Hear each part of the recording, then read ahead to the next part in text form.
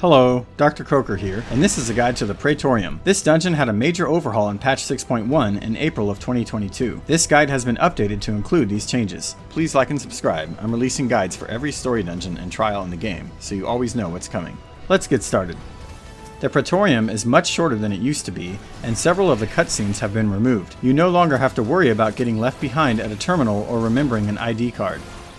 After an unskippable cutscene with Gaius, you'll encounter the first boss, Mark II Magitek Colossus. He's fairly straightforward, just having 4 basic abilities. Cerulean Vent is one that deals moderate unavoidable damage to everyone, just heal through it. Prototype Laser Alpha will put several circular AoE markers on the floor, forming a large X pattern. There is plenty of time to step out of them to avoid getting hit. Prototype Laser Beta will put circular markers on every player, just spread apart to avoid overlapping damage.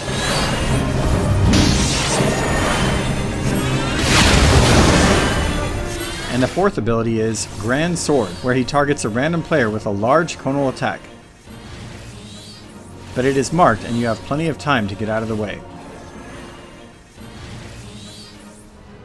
After this boss, you will run through an area where you get to control Magitek armor with 2 abilities. Just use them both on cooldown and you'll blast through it easily. After another unskippable cutscene, you'll face the second boss, Nero Scaeva. At the beginning of the fight, the edge of the floor will be fully electrified and players will take damage if they stand in it. The boss tries in various ways to knock you into the field, but this fight isn't that bad. He typically opens with Spine Shatter, which is a heavy hit on the tank. Just use mitigation and healing as needed. Iron Uprising is a cast that does a heavy knockback, but it has a marker to warn you and the area of effect is small. Just step aside. Activate is an ability that tethers a mechanical hand to one player. This hand will attempt to push the player into the electric field, so all other players should kill it as soon as possible. Augmented Shatter puts a stack marker on one player. Simply stack to spread the damage. Augmented Uprising is an extremely large conal AoE, but you are given a decent amount of time to get out of it before it lands. Augmented Suffering is a radial knockback effect he will use from the center. All players should run to the center, so when the knockback occurs, they aren't knocked into the electric field.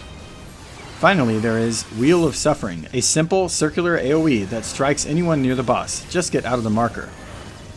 After a few more lengthy, unskippable cutscenes, you'll face the final boss, Gaius van Baelsar.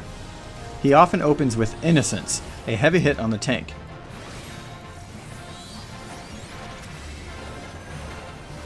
He also casts Horrida Bella, which does light unavoidable damage to everyone, no big deal. Terminus Est is more interesting. He puts 3 bright blue X's in the air, then after a few seconds, they blast damage in a line in front of them. The marker appears very briefly, so you really need to move once you see the X's. Not long into the fight, and he will spawn clones of himself that will make many of these. Simply standing between 2 X's is the easiest way to avoid being hit. Festina Lente puts a stack marker on a random player. Just stack to spread the damage. For Hand of the Empire, it's the opposite. Everyone gets an AoE circle and you will want to spread apart to prevent overlapping damage. Ductus is an ability where 3 circular AoEs will appear at the edges, then more circles will sweep across the floor. Just watch the path they are taking and get out of the way. You may have to step in a new marker in order to avoid an old one that's ready to explode. Late in the fight, multiple abilities will happen simultaneously or back to back. Just stay alert and you'll be fine. When Gaius is near death, he will become immune to damage and summon 4 phantoms. There will be a bar labeled Blade Energy that slowly increases. You have to kill all 4 phantoms before this bar reaches 100. After some time, he will cast Vini Vidi Vici, and if any phantoms remain, this will kill everyone.